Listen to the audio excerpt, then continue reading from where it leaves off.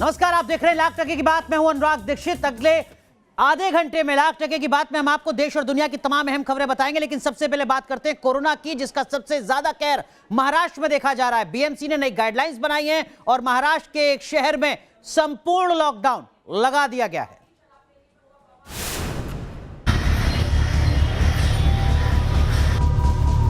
हर गुजरते दिन के साथ महाराष्ट्र में कोरोना का कहर बढ़ता जा रहा है। पूरे सूबे में कोरोना संक्रमित मरीजों की तादाद बेतहाशा बढ़ रही है। महाराष्ट्र में पिछले 24 घंटे में 28,699 संक्रमित ट्रेस किए गए हैं, जबकि 132 लोगों की मौत हुई है। इस बीच महाराष्ट्र के बीड़ में टोटल लॉकडाउन लगाने का ऐलान कर दिया गया है। बीड़ जिले में 26 मार्च से 4 अप्रैल तक पूरी तरह से लॉकडाउन रहेगा। कोरोना की मार झेल रहे महाराष्ट्र में मुंबई की हालत गंभीर होती जा रही है। मुंबई में पिछले 24 घंटे में 3,514 संक्रमित ट्रेस हुए हैं, जबकि 8 लोगों की मौत कोरोना से हुई है।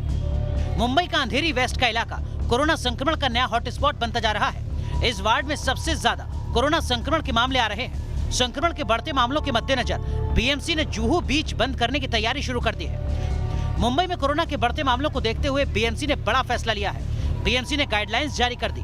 सार्वजनिक तौर पर होली मनाने पर पाबंदी लगा दी है। मुंबई के अलावा पालघर में भी होली के आयोजनों पर रोक लगा दी गई है।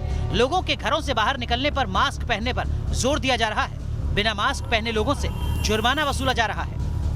कई लोग जो है वो बिना वजह सोशल डिस्टेंसिंग और मास्क जैसे जो नियम बनाए गए हैं उसका पालन ना करते हुए दिखाई दे रहे हैं। हालांकि प्रशासन की तरफ से और राज्य सरकार की तरफ से लगातार लोगों को ये हिदायत दी जा रही है कि कोरोना के लिए जो नियम सरकार द्वारा बनाए गए हैं उसका सब सख्ती से पालन करें, क्योंकि जिस तरह से कोरोना संक्रमण पूरे महाराष्ट्र में फैल रहा है और खासतौर पर मुंबई पर फैल रहा है वो एक चिंता का विषय है। और अगर लोगों ने सहयोग नहीं किया तो आने वाले समय में कोरोना को रोकना काफ़ी मुश्किल हो सकता है।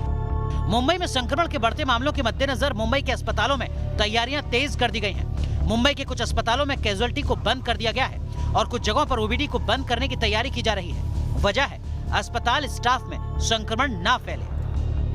डॉक्टरों ने खास तौर पर मुंबई के ट्रॉमा हॉस्पिटल में जो है वो अब कैजुअल्टी को बंद कर दिया गया है। कोरोना की पहले लहर में हमने देखा था कि हॉस्पिटल की कैजुअल्टी को बंद कर दिया, खास तौर पर ओपीडी को बंद कर दिया गया।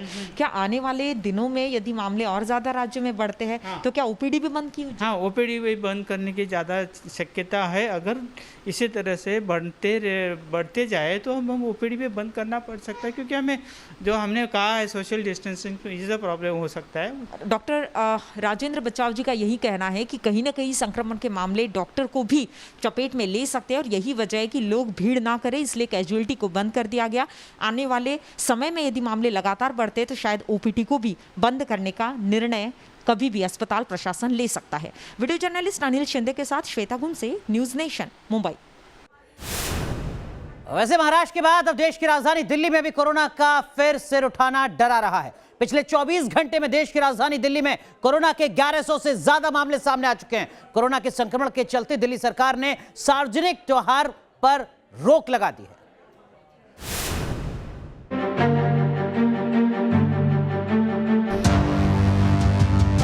देश की राजधानी दिल्ली में कोरोना फिर पैर पसार रहा है। पिछले 24 घंटे में दिल्ली में संक्रमण के 1101 नए मामले दर्ज किए गए हैं। 4 लोगों की जान जा चुकी है। 19 दिसंबर 2020 के बाद संक्रमण का ये आंकड़ा एक दिन में सामने आए मामलों में सबसे ज्यादा है। संक्रमण के दोबारा सिर उठता देख केजरीवाल सरकार एक्शन में आ चुकी है। दिल्ली सरकार ने सुपर स्प्रेडर एरिया को लेकर गाइडलाइन जारी की है। इसके तहत mall, cinema hall super spreader area के तौर पर चिन्हित किए गए हैं। मेट्रो और बाजारों में कोरोना गाइडलाइन को लेकर सख्ती बरतने के निर्देश दिए गए हैं। सार्वजनिक होली, नवरात्रि और शवे बारात को बैन कर दिया गया है। स्टेशन, एयरपोर्ट, बस अड्डों पर रैंडम टेस्टिंग शुरू हो चुकी है। इस वक्त हम नई दिल्ली रेलवे स्टेशन पे हैं। यहाँ जानते हैं और देखते हैं कि नई दिल्ली रेलवे स्टेशन में क्या इंतजाम किए गए हैं।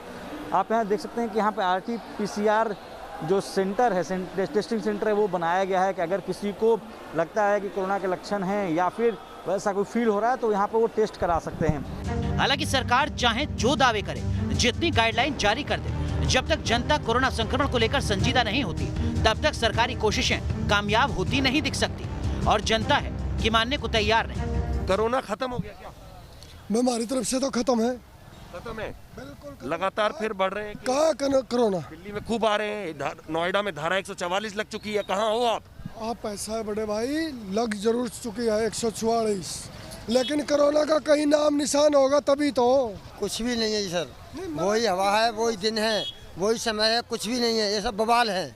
हम बात सार्वजनिक स्थलों की करें जहां भीड़ जुटती है, वहां की बात करें तो वहां किसी भी तरह का जो बेसिक रूल है वो फॉलो होते दिखाई नहीं दे रहे और ना ही इसको लेकर सरकार भी सचेत है या ग्राउंड पर दिखाई देती है। साफ है ये लापरवाही बहुत भारी पड़ सकती है। ऐसे में हेल्थ एक्सपर्ट जनता की लापरवाही को देखते हुए इस बात की आशंका जाहिर कर रहे हैं कि दिल्ली में संक्रमण की रफ्तार तेज हो सकती है, लिहाजा जरूरी तैयारियां शुरू कर दी गई हैं। 1100 केसेज अभी आए हैं और अगले कुछ दिनों में ये कुछ और ऊपर जा सकता है, लेकिन मुझे लगता है कि अभी इतना घबराने की ज़रूरत नहीं है। उसके हिसाब से मुझे लगता है कि 3-4 हज़ार पर डे आए तो अभी तक मुझे लगता है कि कोई ज़्यादा दिक्कत हमारे सिस्टम में मुझे नहीं लगता कि कोई प्रॉब्लम आएगी।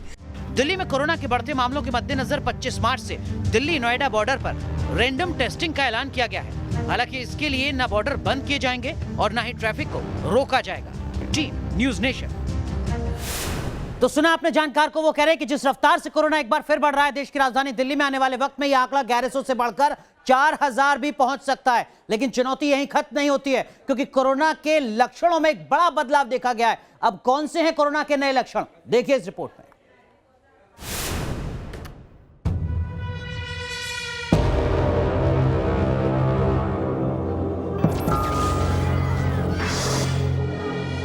वक्त के साथ लगातार खतरनाक हो रहा है कोरोना। बदल रहा है कोरोना का रूप, बदल रहे हैं बीमारी के लक्षण।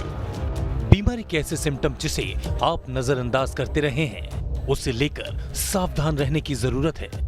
अगर आपको चक्कर आते हैं तो भी आप कोरोना पॉजिटिव हो सकते हैं। अगर आपको पेट दर्द और वॉमिटिंग की शिकायत है तो ये कोरोना का लक्षण हो सकता है। अभी तक कोरोना को सिर्फ फेफड़ों से जोड़कर देखा जाता रहा।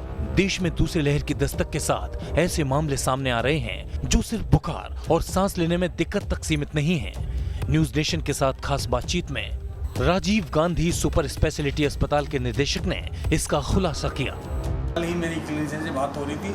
पहले ज़्यादा संख्या में फीवर और रेस्पिरेटरी सिम्टम ज़्यादा थे। अभी कुछ पेशेंट ऐसे आ रहे हैं जो एब्डोमिनल डिस्टर्बेंस के ज़्यादा हैं, नौजिया वॉमिटिंग के केसेस ऐसे आ रहे हैं। अभी कोरोना के लक्षण लगातार बढ़ रहे हैं। इसकी वजह म्यूटेशन को बताया जा रहा है। देश में बढ़ते कोरोना के मामलों के बीच डॉक्टर BL शेरवाल ने कुछ और अहम खुलासे किए जो चौंकाने वाले हैं। वो क्लिनिकली कोविड पेशेंट लगते हैं, लेकिन जब टेस्ट करते हैं तो वो नेगेटिव आते हैं। तो चांसेस हैं कि वो हो सकता है कि म्यूटेंट स्ट्रेन हो। इसीलिए जो हमारे पास पहले से अवेलेबल किट्स हैं उसमें वो डिटेक्ट नहीं हो रहा। लक्षण कोरोना के हैं, लेकिन टेस्ट में रिपोर्ट नेगेटिव आ रही है। क्या कोरोना का फ्रांसीसी स्ट्रेन भी भारत में कहर बरपा रहा है? डॉक्टर BS शेरवाल के बयान से इसकी पुष्टि हो रही है। फ्रांसीसी स्ट्रेन के बारे में कहा जाता है कि RT-PCR टेस्ट में ये पकड़ में नहीं आता। कुछ इसी तरह के मामलों की पुष्टि भारत में भी हो रही है। Rahul Dewas, news nation, Delhi. Police bill के मुद्दे पर कल बिहार की विधानसभा में जो हंगामा हुआ, उसे लेकर सियासत आज भी नजर आई। ये रिपोर्ट देखिए।